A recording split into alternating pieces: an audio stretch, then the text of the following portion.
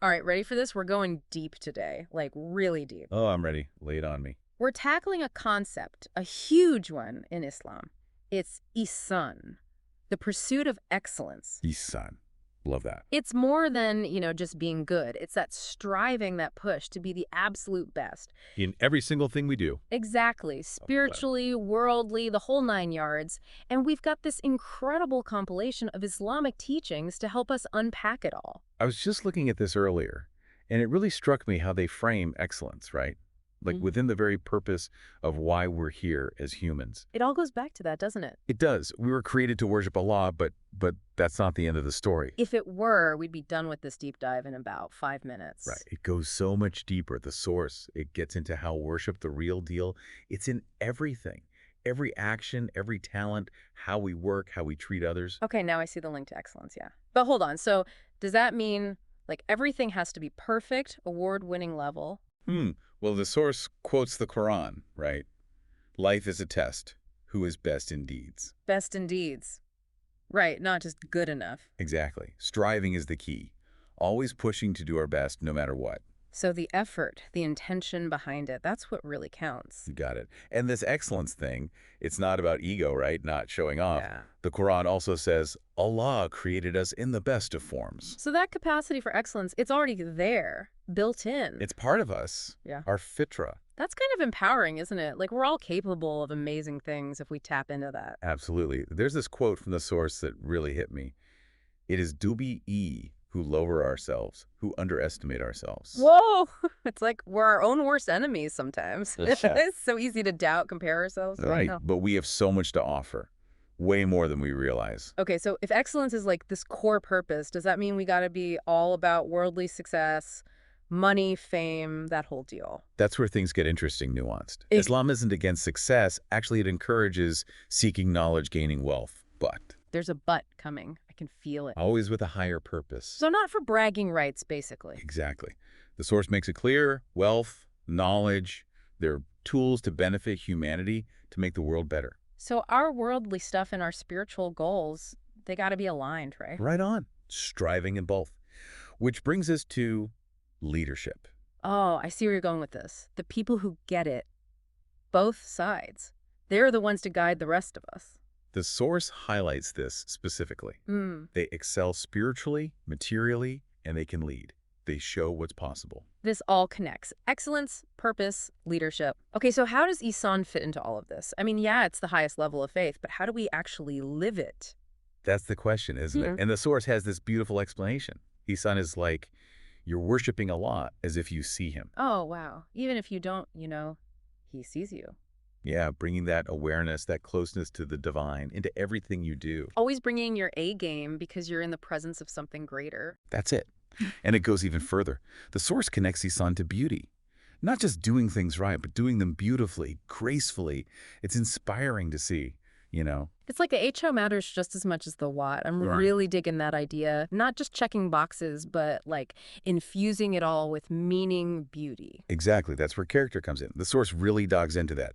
Good character, generosity, kindness, sincerity. These are like the foundations of excellence. So it's inner stuff too, not just what we achieve, but who we are on the inside. Right. And the source even quotes the Prophet Muhammad, peace and blessings be upon him, saying, I was only sent to perfect, virtuous character. Powerful stuff. Makes you think, huh, okay, so we've got this excellence thing woven into Islamic teachings, but how do we actually, do it? Does the source get practical at all? It totally does. And what's cool is it's not all about huge gestures or, massive accomplishments. It's like a framework for excellence in everyday life, even the small stuff. A framework. Okay, tell me more about this. Well, first, you got to know yourself. Honestly assess your strengths, weaknesses, and then work on those skills, those talents. Know thyself, right. Classic wisdom. Figure out where your passions are, what you're good at, and build on that. Exactly. And it doesn't stop there. The source talks about this hunger for knowledge. We got to keep learning, expanding our understanding of the world, of Allah. It's true. The more you learn, the more you realize how much you don't know. Right. And it's not just hoarding facts. It's about using that knowledge to become better in our worship, how we treat people, how we contribute to society. Knowledge as fuel for excellence. I like that. And the source gets into this idea of understanding the role Allah has given us, each of us uniquely. We have gifts, abilities, and it's on us to figure out how to use those to serve Him, to benefit others. So it's like finding your purpose, that special thing you bring to the world, and doing it with excellence. Exactly. Which brings us to intention, Nia. Super important in Islam. Even the little things we do every day, they become acts of worship when we do them for Allah. It's like every action has the potential to be meaningful. That's the beauty of it. It's not just about achieving some big thing. It's about intentionality in every single moment. Okay, what else is in this framework? Always improving.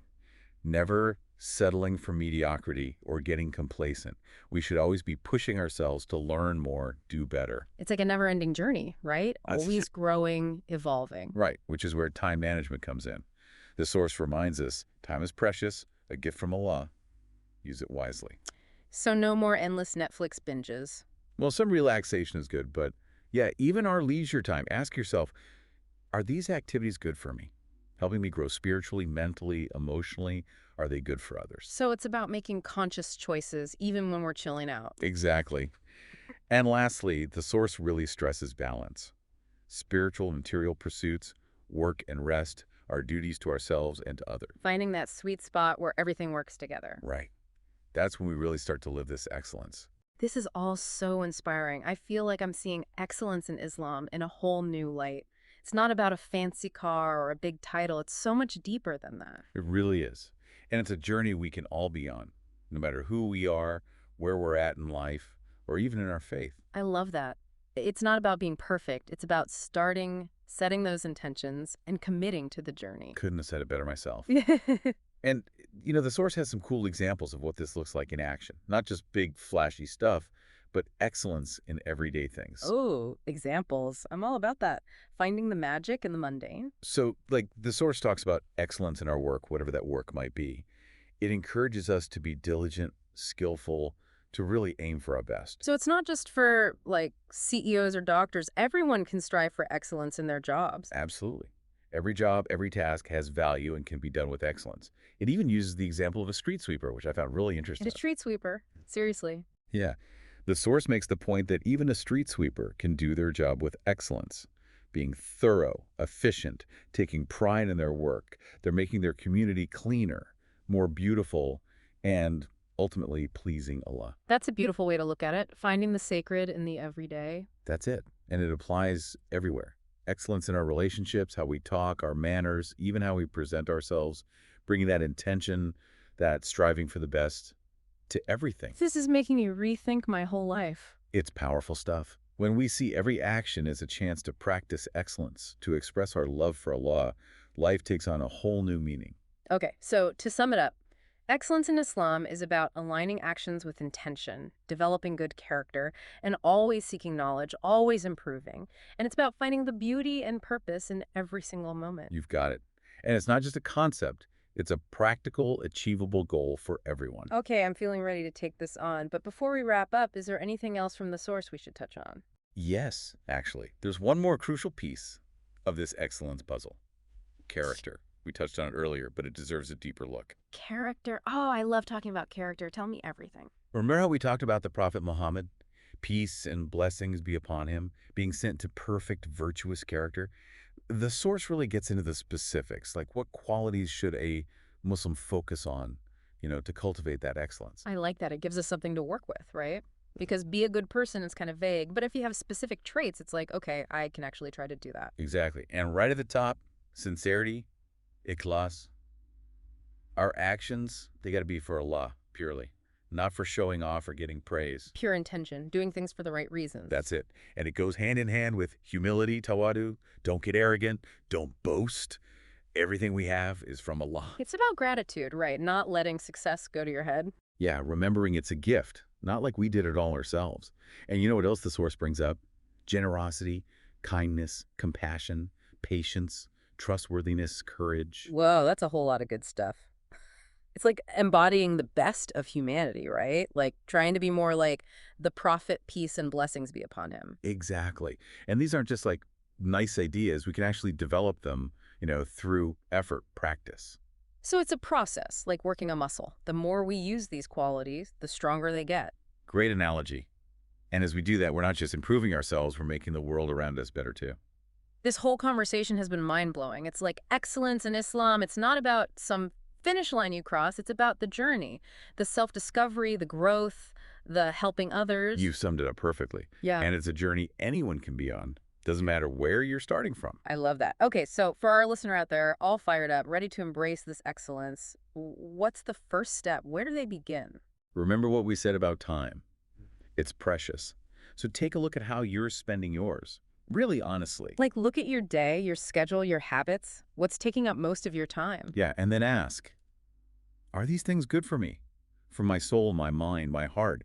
Are they good for others? It's about making those choices, aligning them with your values, right? Not just going through the motions. Exactly. Yeah. And even if you realize there are things you want to change, start small.